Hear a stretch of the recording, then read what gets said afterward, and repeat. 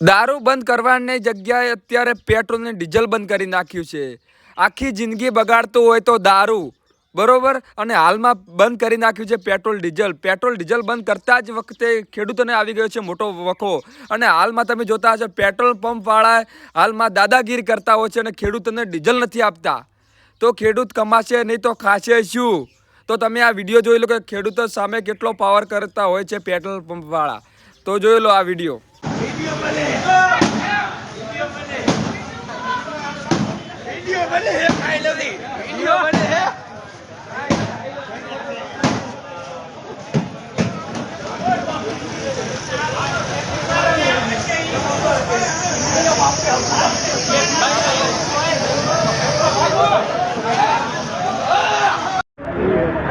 ત્રણ કલાકથી સવારનો લાઈનમાં પેટ્રોલ પંપની ઊભો રહ્યો અને આ બેન તો ખરા તાકડે મારો નંબર આવ્યો તો આના બેન તો નીકળી ગયો। ખાલી આ લાઈન જોડો, લાઈન બધા ભાઈ તો સાલાઓ આવું ના કરશો। 3 કલાકથી લાઈનમાં ઊભો રહ્યો હું અને તમે વચ્ચે એના માણસના પેટ્રોલ પૂરેલો ડાયરેક્ટ આવું ચાલે?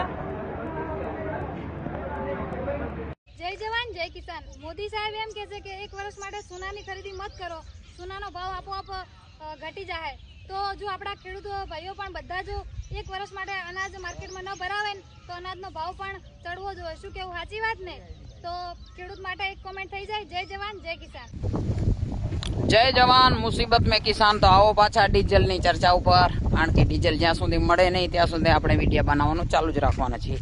આજે નખત્રાણાની અંદર જે અંકિયાથી કરીને કોટડા સુધી જેટલા પેટ્રોલ પંપ છે એના ઉપર આ બાબુ બધે રખડી આવ્યો। 2-3 જગ્યાએ ડીઝલ આપતા હતા પણ કેરબામાં નહોતા આપતા, કારણ કે એ જ કહેતા હતા કે કેરબામાં મનાઈ છે, મામલેદારે મનાઈ કરી છે। મામલેદાર ખેતી કરવા આવે તો ખબર પડે મામલેદારને કે હવે ખેડવાનો ટાઈમ થઈ ગયો છે। સાહેબને સુલૂટ છે, ભલે ના પાડી હશે પણ ખેડૂને શું કરવા ના પાડો છો? ખેડૂ હું કને 14-15 કિલોમીટર અહીંયાથી ટ્રેક્ટર લઈને જઈએ અને હું 2000નું 1000નું આપે તો 500-700 રૂપિયાનો તો એમને બળી જાય। એનામાં મારા જેવા ડ્રાઈવર હોય ટેક્સ રોડ પર સુસાટા લાવતા હોય તો એના માટે ડીઝલ પાછો વાડીએ પહોંચે 300 રૂપિયાનું બચે। એના કરતાં મહેરબાની કરી અને કેરબામાં 2-2000નું આપો તો ખેડૂત ખેતર ખેડશે તો ખાશો, નકા ખાશો શું? બાકી હવે ભગવાનને તો એક જ પ્રાર્થના છે કે હે ભગવાન, ડીઝલ ને પેટ્રોલ ને ગેસ જેમ બહારથી આવે છે ને તેમ અનાજ પણ બહારથી આવે તો ખબર પડશે ઘઉંની કિંમત શું છે, બાજરાની કિંમત શું છે। અને એ ટુ ઝેડ બધું ખેતરની અંદર જ થાય છે। આ કોમ્પ્યુટરમાંથી ડાઉનલોડ નહીં કરી શકો તમે કે આ ભણતર કરવા જાશો તો આ ચોપડીમાંથી તમારે ખાવાનું નહીં આવે। આ તો ખેડૂત આની અંદર મહેનત કરશે ને તો નીકળશે, નકા ખાશો શું? સમજી ગયા?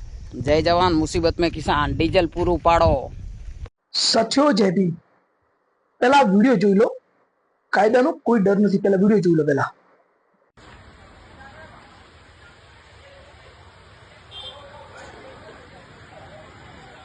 ગાડીમાં આપવું છે કે ભાઈ આ રીતે તમારે પેરમાં ભરી ભરીને આપવું પડે?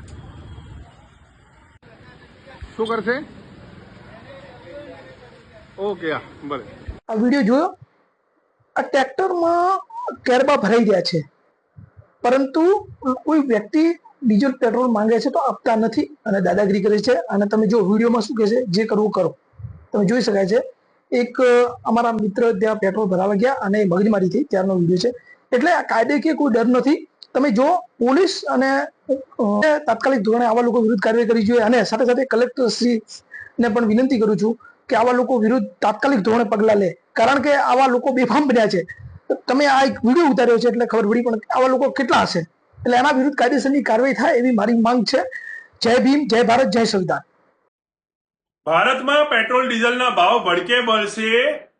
અમેરિકાએ રશિયા પાસેથી આપણને તેલ ખરીદવાની જે મંજૂરી આપી હતી એ કેન્સલ કરી આગળ રિન્યુ કરવાની ના પાડે છે।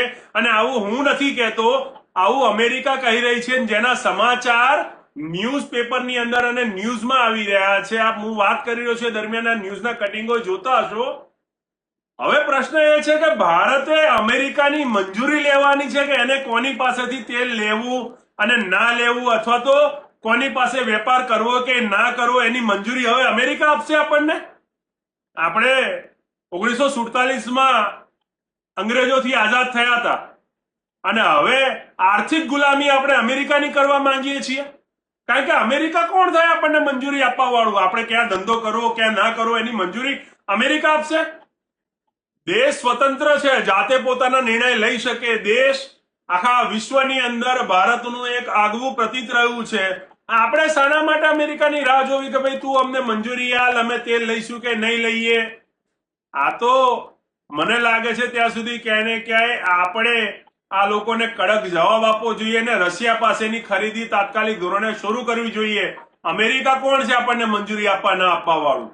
આપણે સ્વતંત્ર છીએ. આપણે આખા વિશ્વમાં આપણો ડંકો વાગતો હોય. મનમોહનસિંહની સરકાર હતી ત્યારે આખા વિશ્વમાં આપણે વેપાર કરતા હતા, અને અમેરિકા હવે આપણને કહે છે કે રશિયા પાસે ના લો. રશિયા આપણું સૌથી જૂનું મિત્ર રહ્યું. રશિયા જયારે અમેરિકા આપણી ઉપર જયારે પાકના સમર્થનમાં જયારે આપણા વિરુદ્ધમાં યુદ્ધ લડવા માટે એમની તો જહાજો, એમના સમુદ્રી જહાજો મોકલ્યા હતા, ત્યારે રશિયાએ આપણને મદદ કરી હતી. રહ્યો છું જયારે બાંગ્લાદેશને ભારતે અલગ કર્યું હતું ત્યારની વાત કરી રહ્યો છું. એટલે રશિયા સાથેનો વેપાર આપણો પારંપરિક વેપાર રહ્યો છે, અને આજે અમેરિકા આપણને કહેશે કે તમારે તેલ લેવું કે ના લેવું. અને જો ખરેખર આવું હોય ને સરકાર જો આવી વાત માનતી હોય કે અમેરિકા કીધું એટલે વેપાર બંધ કરીએ, તો એમના માટે ખૂબ સરસજનક વાત કહેવાય. 56 ઇંચની છાતી ક્યાં ગઈ? આ ક્યાં ગઈ આત્મનિર્ભરતાની વાત? ક્યાં ગઈ આપણે સૌથી સામે લડીએ છીએ એની વાત? એટલે હું માનું છું ત્યાં સુધી સરકારે આવા કોઈ દબાણમાં આવવું ના જોઈએ, અને રશિયા સાથેનો વેપાર શરૂ રાખવો જોઈએ, અને આપણને જ્યાંથી સસ્તું પડે તેલ આપણે ત્યાંથી લેવું. જય હિન્દ. નમસ્કાર ખેડૂત મિત્રો, હું છું ઝાપડી અશ્વિન, ગામ ખીટલા, તાલુકો સાયલા, જિલ્લો સુરેન્દ્રનગર. તમામ ખેડૂત વતી સરકારશ્રીને મારી એક નમ્ર વિનંતી છે કે વધતા જતા મોંઘવારી, ડીઝલ પેટ્રોલના ભાવ, તમે ઘણી બધી સબસિડી આપો છો, ઘણા બધા લાભ આપો છો, જેમાં ટ્રેક્ટરમાં તમે સબસિડી આપો છો, પણ મારી એક તમને નમ્ર વિનંતી છે સરકારને કે જે આ ડીઝલના ભાવ વધી રહ્યા છે એમાં ખેડૂતને વીઘે 20 થી 30 લીટર ડીઝલ સબસિડી 50% આપવી જોઈએ. કારણ કે ખેડૂતને ઉનાળામાં ખેડ કરવી પડે છે. ઉનાળું, શિયાળું, ચોમાસું, શિયાળો બધી ખેડ ટ્રેક્ટરથી જ કરવી પડે છે. તો આ 100 રૂપિયાનું ડીઝલ ખેડૂતને પહોંચાતું નથી.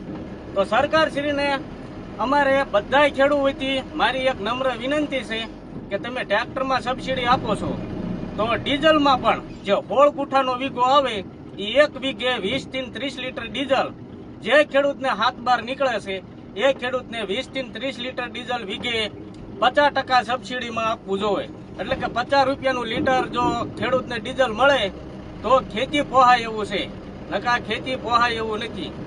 તો તમામ ખેડૂત વતી મારી સરકારને નમ્ર વિનંતી છે કે ખેડૂતને ડીઝલ સબસિડીમાં આપે. અને જે કોઈ ખેડૂત ભાઈઓ ઇન્સ્ટાગ્રામ, ફેસબુક વાપરતા હોય, વિડીયો બનાવતા હોય, ક્રિએટર હોય, એ તમામને એક આવો વિડીયો બનાવવા મારી નમ્ર વિનંતી છે. કારણ કે સોશિયલ મીડિયામાં અત્યારે સોશિયલ મીડિયાનો જમાનો છે. સોશિયલ મીડિયા થકી બધું ચાલતું હોય છે, ત્યારે એક બધા વિડીયો બનાવો, અને જે ખેડૂત મિત્રો આ વિડીયો જોઈ રહ્યા છે એને જાજામાં જાજા લોકો સુધી શેર કરો. એટલે જાજા લોકો જો વિડીયો બનાવે તો ખેડૂતનો કંઈક ઉદ્ધાર થાય. અને મારો આ વિડીયો સારો લાગ્યો હોય તો વિડીયોને લાઈક કરજો, શેર કરજો, અને મારા ફેસબુક પેજને ફોલો કરજો. જય માતાજી.